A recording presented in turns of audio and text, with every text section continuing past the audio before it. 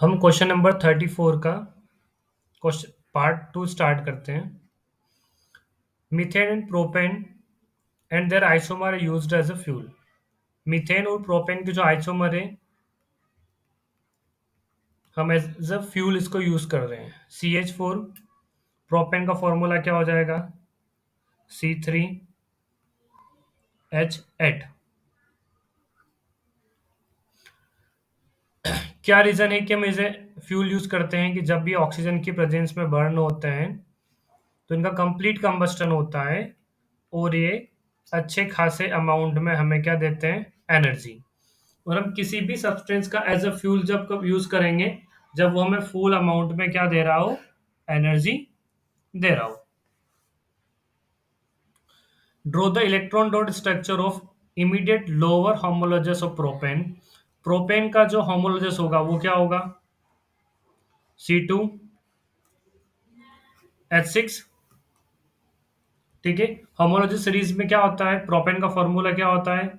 CN। Alkene का formula CnH2n+2। ठीक है। अब प्रोपेन से नीचे जाना है, मीन्स हमें एन की प्लेस पे क्या यूज करना पड़ेगा? 2। तो ये हो जाएगा C2H2 × 2 + 2 C2H6 हमारा क्या बन जाएगा? फॉर्मूला।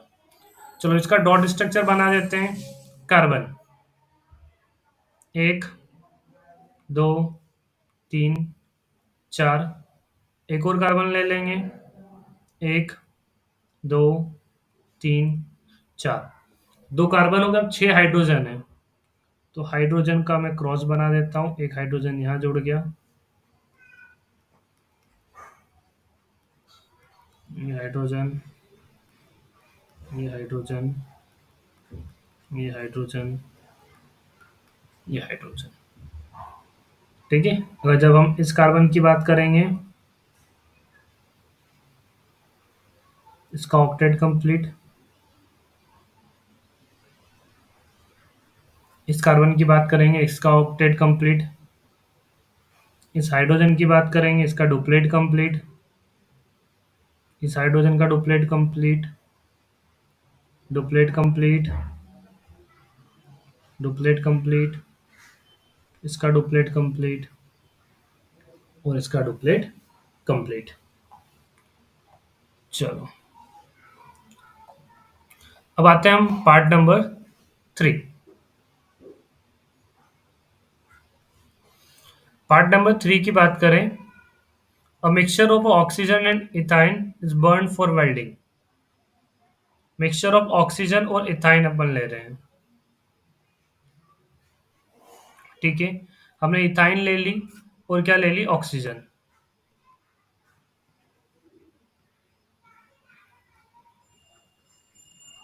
और इसका यूज किसके लिए कर रहे हैं अपन? वेल्डिंग के लिए। Can you predict why mixture of ethyne and air is not used? अब हमें यहाँ जो कंपैरिजन करना है वो क्या है कि ऑक्सीजन ले रहे हैं या एयर ले रहे हैं, क्या लें? तो हमें पता है कि ऑक्सीजन जो होती है वो क्या होती है? कंबस्टन के लिए मोस्ट रिक्वायरमेंट होती है। जब हम ऑक्सीजन लेंगे तो हमें प्योर फॉर्म में क्या मिलेगी? ऑक्सीजन। जब आप ऑक्सीजन का यूज कर रहे हो तो क्या मिलेगी? प्योर फॉर्म में ऑक्सीजन मिलेगी। तो जब हम एयर यूज करेंगे तो यहाँ जो ऑक्सीजन का परसेंटेज रहेगा वो क्या हो जाएगा? कम हो जाएगा। तो जो हीट या एनर्जी हमें मिलने वाली है वो भी क्या हो जाएगी? डिक्रीज। दैट्स वाई हम प्रीफर करेंगे कि मिक्सचर ऑफ ऑक्सीजन और क्या यूज करेंगे अपन? इथाइन। फर्स्ट प्रायोरिटी पे हम क्या लेंगे? Mixture of ethyne and O2 welding के लिए, क्योंकि अगर हमें प्योर ऑक्सीजन लेते हैं तो उससे कंबस्टन जो होगा वो बहुत अच्छे से होगा और अच्छे खासे अमाउंट में एनर्जी प्रोड्यूस करेगा। Next question, A and B are sodium salt of, ये और वाला है। ठीक है। क्वेश्चन नंबर जो 34 है उसके और में क्वेश्चन है आपका ये, और में ये वाला क्वेश्चन है। A and B are sodium salt of long chain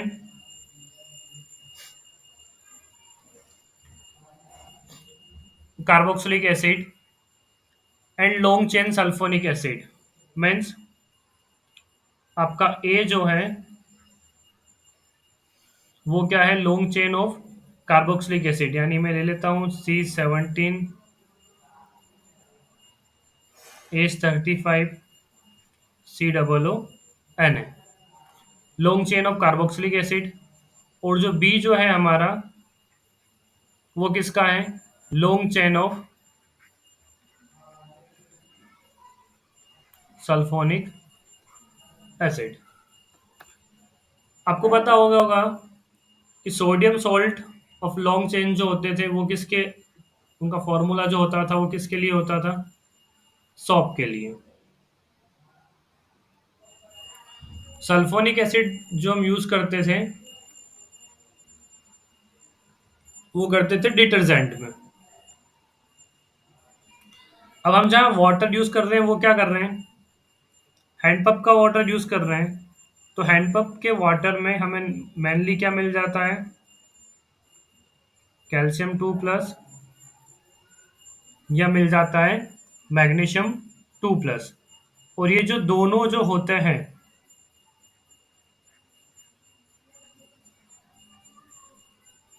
ये सल्फोनिक सॉल्ट में अच्छे से डिसॉल्व हो जाते हैं और झाग का फॉर्मेशन करते हैं, फोम का फॉर्मेशन करते हैं, जिससे इजी गोइंग वे में हमारे कपड़े धुल जाते हैं। दैट्स वाई जो हम प्रीफर करेंगे वो क्या होगा, B is preferred. What is our answer, B is preferred. हम किसको प्रीफर करेंगे, बी को। इस क्वेश्चन का पूरा आंसर्स भी मैंने यहाँ मेंशन कर दिया है। B is preferred for a cleaning action. The calcium and magnesium salt present in underground water are precipitated with carboxylic acids. The Ca++ and Mg++ salt of sulfonic acids are soluble in water. So B is the more effective cleansing agent in presence of calcium and magnesium salt. Next question बहुत famous question है, कई बार हम आता है, याद करके ही जाना है। क्लीनिंग एक्शन पूरा एनसीईआरटी का क्वेश्चन है, इसको रट डालना है। Soaps are molecules in which the two ends is there. एक आपका हाइड्रोफॉलिक होता है और एक होता है hydrophobic. The molecules of soap are sodium and potassium salt of a long chain carboxylic acid. ये पूरी के पूरी सोप की डेफिनेशन है, यहाँ से यहाँ तक पूरा एनसीईआरटी का पार्ट है बेटा, है डिक्टो एनसीईआरटी से है। The ionic end of soap dissolve in water while the carbon chain dissolve in oil.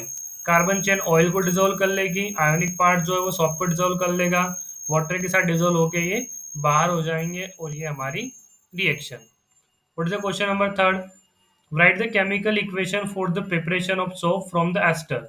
Ester से रिएक्शन करनी है, पूरी एनसीईआरटी की रिएक्शन है। CH3CH2 16 COOR किसके साथ रिएक्शन करेगा, NaOH के साथ। क्या बन जाएगा, CH3CH2 16 COO Na plus ROH। आ जाते हैं section E, question number 4। Case based study या डेटा बेस्ड इक्वेशन है, क्वेश्चन है हमारे ये। बहुत ही लॉजिकल क्वेश्चन है, इस लेवल को देख के इस टाइप के क्वेश्चन जो है पहले क्लास 12th में मिलते थे। कहाँ प्रीफर करते थे, क्लास 12th में। लेकिन लास्ट 2 ईयर से पेपर का लेवल बढ़ता जा रहा है सीबीएसई में, और अब ये आ गए हैं क्लास 10th में भी। चलो पहली क्वेश्चन अगर हम देखें, +H2O, ये हमें अभी पता नहीं है। H2O के साथ रिएक्शन कर रहा है, इसकी इलेक्ट्रोलाइसिस रिएक्शन हो रही है और कास्टिक सोडा बन रहा है। क्या बन रहा है आपका, कास्टिक सोडा। एनोड पे भी एक गैस निकल रही है और कैथोड पे भी एक गैस निकल रही है। तो कास्टिक सोडा हमें ध्यान आ जाता है कि ए जो हमारा होगा, ये आपका क्या हो जाएगा, NaCl, सोडियम क्लोराइड। वाटर के साथ रिएक्शन करेगा, क्या बनेगा, X। X पता है आपको क्या होता है, कास्टिक सोडा, NaOH। ठीक है, X का नाम पूछा नहीं है, फिर भी अपन लिख देते हैं। चलो फिर क्या पूछ रहा है, Y। अब एनोड पे कौन सी गैस निकलती है, तो Y जो हमारी होती है वो कौन सी गैस होती है बेटा, क्लोरीन। क्लोर अल्कली प्रोसेस जिसको अच्छे से याद है वो क्वेश्चन अच्छे से कर पाएगा। जेड पे जो गैस निकल रही होती है वो कौन सी गैस होती है? हाइड्रोजन गैस होती है। चलो नेक्स्ट स्टेट क्वेश्चन जो है फिर, या मॉल्टन स्टेट में NaCl, ये हमारा ऑलरेडी फाइनल हो चुका है। NaCl मॉल्टन स्टेट में इलेक्ट्रोलाइसिस कर रहे हैं, एक मेटल निकलेगी कैथोड पे, और वाई गैस ऑलरेडी हम बता चुके हैं। मेटल जो होगी वो कौन सी मेटल होगी बेटा अपनी है?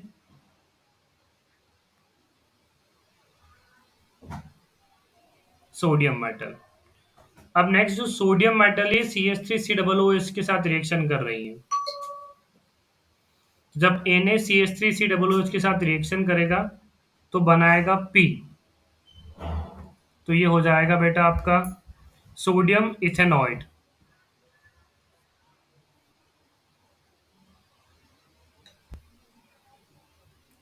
NaCOOH, और जो Z निकलने वाला है यहाँ पे कौन सी गैस निकलेगी? Hydrogen gas.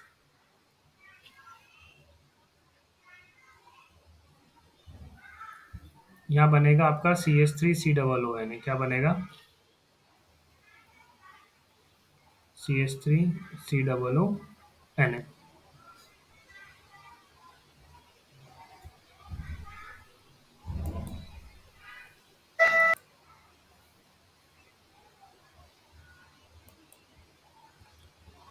नेक्स्ट जो हमारा बच रहा है R, जो CH3COON बना है हमारा R, CH3COON, इसकी रिएक्शन X से करवानी है। X क्या बना था हमारा? NaOH। ये दोनों रिएक्शन करेंगे तो बनेगा हमारा CH3COO CH2CH3। इसके लिए हम एस्टर वर्ड भी यूज करते हैं। इसका जो नेम होगा, फार्मूला नहीं पूछा है यहाँ पे, हमें ओनली कंपाउंड लिखना है, ESTER। एस्टर्स बता देंगे P और Q जो हमारा ऑलरेडी हम फाइनल कर चुके हैं। Q भी क्वेश्चन में पूछा नहीं है तो लिखने की कोई रिक्वायरमेंट नहीं है। AYZMP है, P पूछा है हमसे ओनली। सेकेंड क्वेश्चंस जो हमें गिवन है, अटेम्प्ट आइदर सब पार्ट बी और सी, या तो हमें क्वेश्चन नंबर बी करना है या क्वेश्चन नंबर सी करना है। बी में क्या है? Improvise an activity to test Z. Z इसमें हमारा निकला था Cl2। सो क्लोरीन गैस को एक्सप्लेन करने के लिए, Z Z Z, what is Z? Z is hydrogen.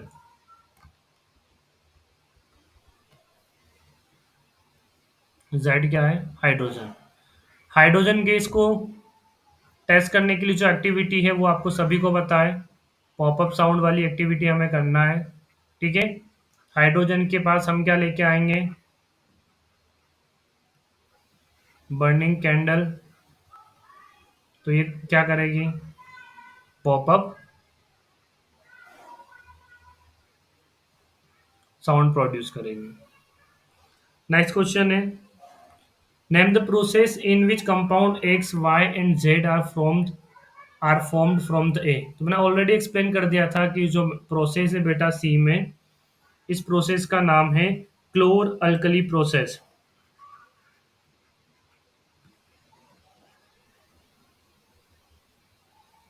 क्लोर alkali.